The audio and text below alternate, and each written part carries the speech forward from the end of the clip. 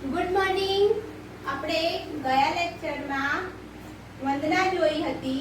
તેની અંદર આપણે જોયું હતું વંદનામાં 4 શ્લોકો.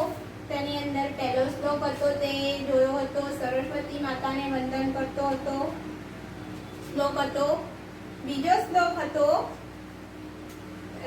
તેની અંદર બીજો શ્લોક હતો એ સંસ્કૃત ભાષારૂપી માતાને વંદન કરતો હતો.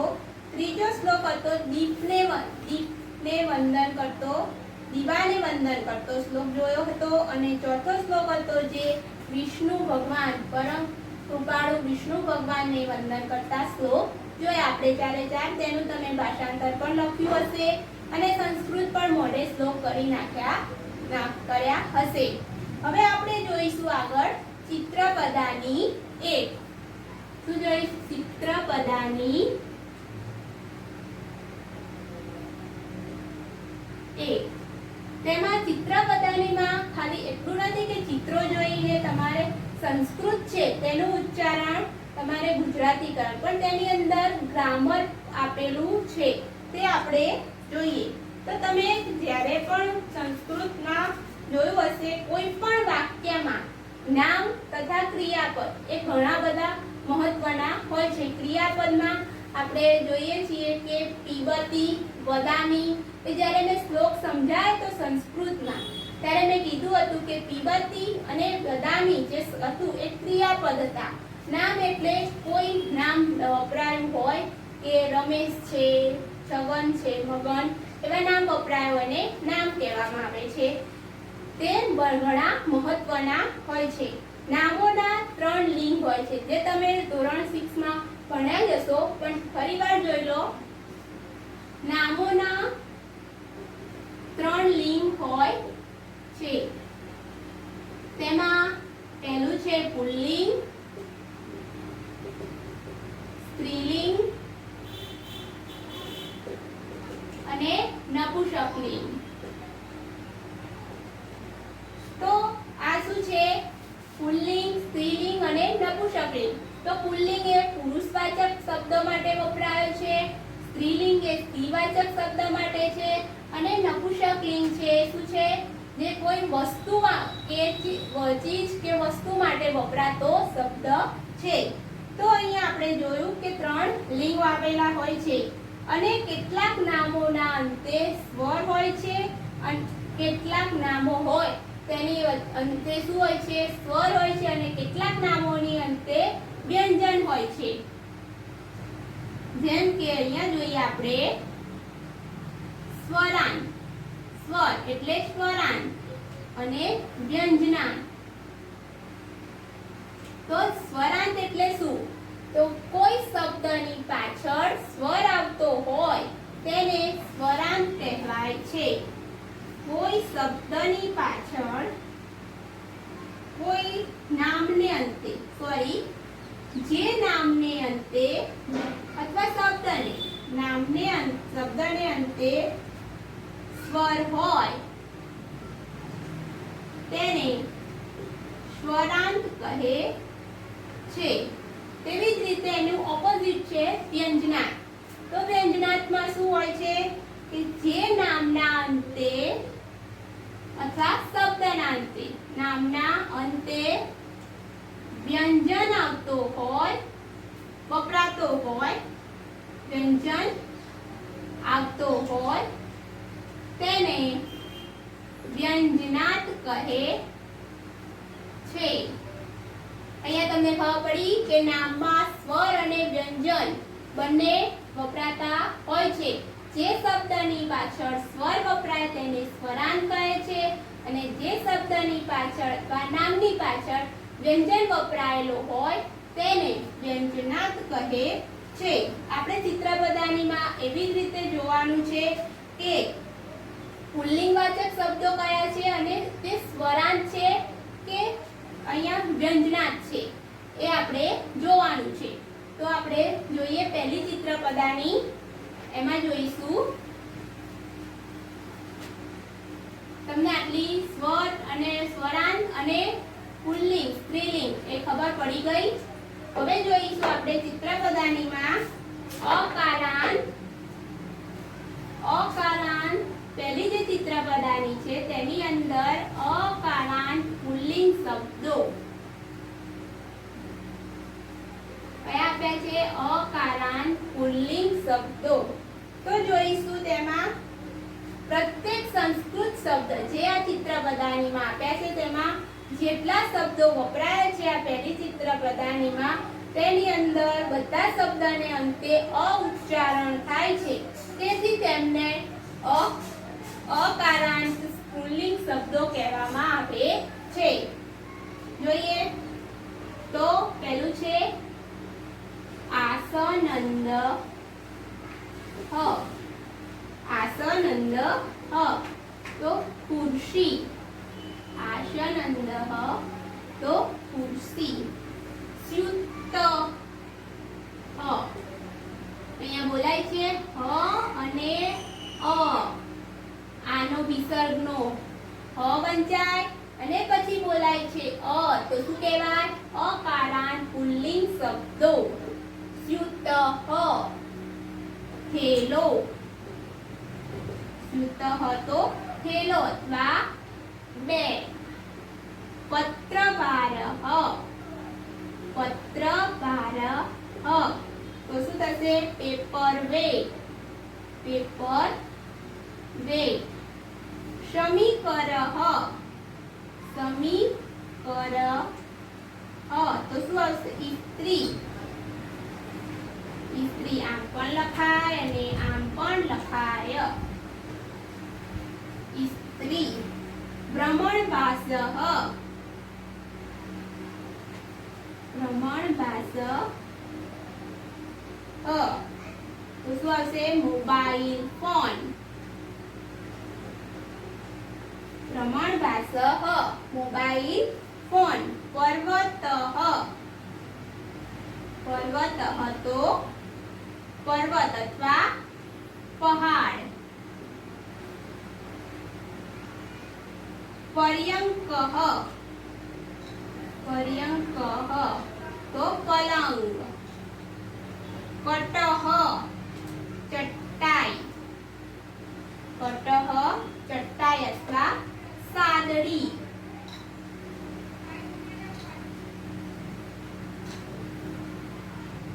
દંડદીપ હ. દંડદીપ હ તો શું થશે? ટ્યુબલાઇટ. ટ્યુબલાઇટ. પાદપ હ. પાદપ હ વૃક્ષ. શું થશે? વૃક્ષ અથવા ઝાડ. ચષક હ. ચષક હ તો શું થશે? પ્યાલો. ચષક હ પ્યાલો. કંદૂક હ. કંદૂક હ તો દડો. અહીંયા આપણે જોયું કે બધા જે શબ્દો અહીંયા વપરાયા છે તે શું છે? અકારાંત પુલ્લિંગ શબ્દો છે. તો તેમાં જોઈએ આપણે બોલીએ એટલે પાછળ અ શબ્દ બોલાય છે. આસંદ હ ખુરશી. આસંદ હ ખુરશી. સ્યુત હ. સ્યુત હ થેલો અથવા તો બેગ. પત્રબાર હ પેપર વેટ. પત્રબાર હ પેપર વેટ. સમીકર હ. સમીકર હ ઇસ્ત્રી. ભ્રમણબાસ હ. ભ્રમણબાસ હ મોબાઈલ ફોન. પર્વત હ પર્વત અથવા પહાડ. પર્યંક હ. પર્યંક હ પલંગ. કટહ. કટહ સાદડી અથવા ચટાઈ. દંડદીપ હ. દંડદીપ હ ટ્યુબલાઇટ. પાદપ હ. પાદપ હ વૃક્ષ અથવા ઝાડ. ચષક હ. ચષક હ તો પ્યાલો. કંદૂક હ. કંદૂક તો દડો. અહીંયા આપણી ચિત્રપદાની એક છે તે પૂર્ણ થાય છે અને તમારે જે છે અહીંયા ચિત્રપદાની એક પૂરી થાય છે, પણ તમારે આ જે અકારાંત પુલ્લિંગ શબ્દો એ આ રીતના લખવાનું છે અને સંસ્કૃત અને ગુજરાતી બંને તમારી નોટબુકમાં લખવાનું રહેશે. હવે આપણે જોઈશું આગળ ચિત્રપદાની બેજી. હવે આપણે જોઈશું ચિત્રપદાની બીજી. તો તેની અંદર આપણે જોઈએ કે સ્ત્રીલિંગ શબ્દો છે. તેમાં પહેલામાં આપણે પુલ્લિંગમાં જોયું કે પહેલી ચિત્રપદાનીમાં અકારાંત પુલ્લિંગ શબ્દો હતા અને હવે જોઈએ બીજી ચિત્રપદાની છે તેમાં આકારાંત ઈ અને ઈકારાંત સ્ત્રીલિંગ શબ્દો. આકારાંત ઈ વા ઈકારાંત સ્ત્રીલિંગ શબ્દો. તો તેની અંદર જોઈએ આપણે તો તેમાં જોઈશું જે આકારાંત સ્ત્રીલિંગ શબ્દો છે એ આપણે પહેલા જોઈએ અને પછી જોઈશું અથવા ઈકારાંત શબ્દો. જોઈએ નૌકા. નૌકા આ બોલાય છે એ શું થશે? આકારાંત સ્ત્રીલિંગ શબ્દ. તો નૌકા તો હોડી. सम्मार्जनी. सम्मार्जनी सम्मार्जनी એટલે સાવરણી અથવા તો ઝાડુ. ઝાડુ. રંધ્રિકા. રંધ્રિકા. રંધ્રિકા તો કાગળમાં કાણા પાડવાનું સાધન. કાગળમાં કાણા પાડવાનું સાધન. એને શું કહે છે સંસ્કૃતમાં? રંધ્રિકા. માપિકા. માપિકા. ફૂટપટ્ટી. શું થશે? ફૂટપટ્ટી. યોજિની. યોજિની તો સ્ટેપલર. स्टेपलर. पत्रपेटिका. पत्रपेटिका तो टपाल पेटी. टपाल पेटी. वृक्षशायिका. वृक्षशायिका तो खिसकोली. શું થશે? ખિસકોલી. આગળ અગ્નિપેટિકા. અગ્નિપેટિકા તો માચીસ. અગ્નિપેટિકા તો માચીસ. નિશ્રેણી. નિશ્રેણી તો શું આવશે? નિશ્રેણી. નિસરણી બંને રીતે અહીંયા લખાય છે. નિસરણીનો સંસ્કૃતમાં આ રીતે પણ લખાય છે.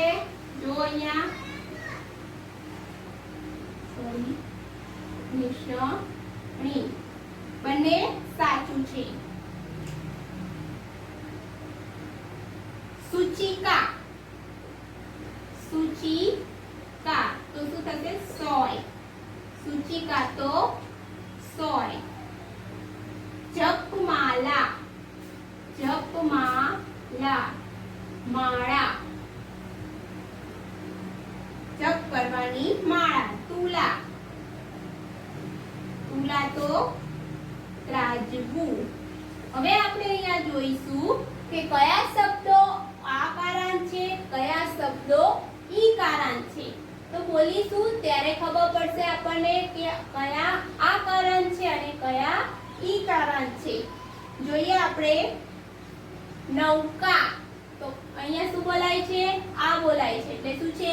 આકારાંત સ્ત્રીલિંગ શબ્દ. નૌકા તો હોડી. सम्मार्जनी ઈ બોલાયો એટલે અહીંયા શું છે? ઈકારાંત સ્ત્રીલિંગ શબ્દ છે. રંધ્રિકા. રંધ્રિકા અહીંયા આ બોલાય છે તો શું આવશે એનું ગુજરાતી? કાગળમાં કાણા પાડવાનું સાધન. માપિકા. માપિકા ફૂટપટ્ટી. યોજિની ઈ બોલાયો અહીંયા તો શું આવશે? ઈકારાંત સ્ત્રીલિંગ શબ્દ. સ્ટેપલર. યોજિની તો સ્ટેપલર. પત્રપેટિકા આ બોલાયો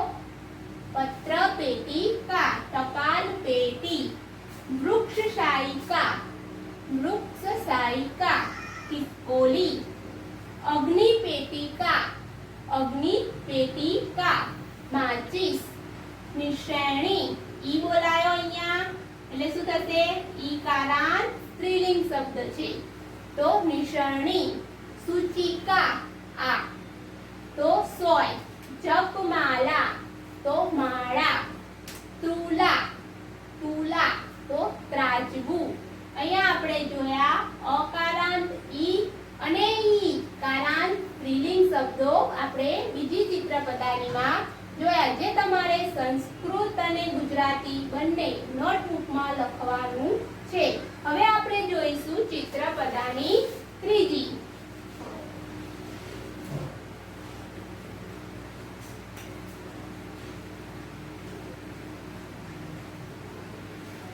એની અંદર જોઈશું આપણે જે શબ્દો આપ્યા છે તેમાં ચિત્રપદાની ત્રીજીમાં અંદર આપેલું છે કે નપુંસકલિંગ શબ્દો આપ્યા છે અને તે કેવા છે નપુંસકલિંગ શબ્દો છે પણ કેવા અકારાંત નપુંસકલિંગ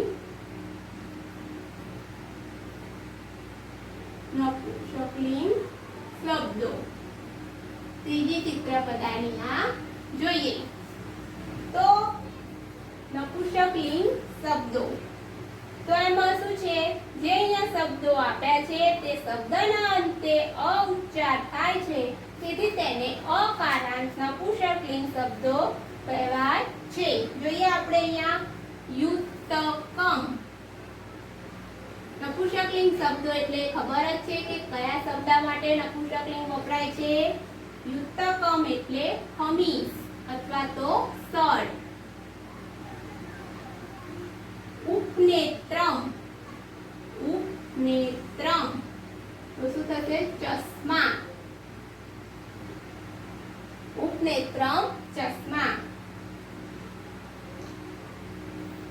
કંકતમ કંકતમ તો કાંસકો અર્ગલમ અર્ગલમ સ્ટોપર અર્ગલમ એટલે સ્ટોપર પણમ પણમ પાંદડું પણમ તો પાંદડું વ્યજનમ વ્યજનમ પંખો વ્યજનમ તો પંખો આમ્રફલમ આમ્રફલમ તો શું થશે આમ્રફલમ તો કેરી ગૃહમ ગૃહમ તો ઘર ગૃહમ તો ઘર સંગણકમ ગણકમ તો કોમ્પ્યુટર કોમ્પ્યુટર દ્વારમ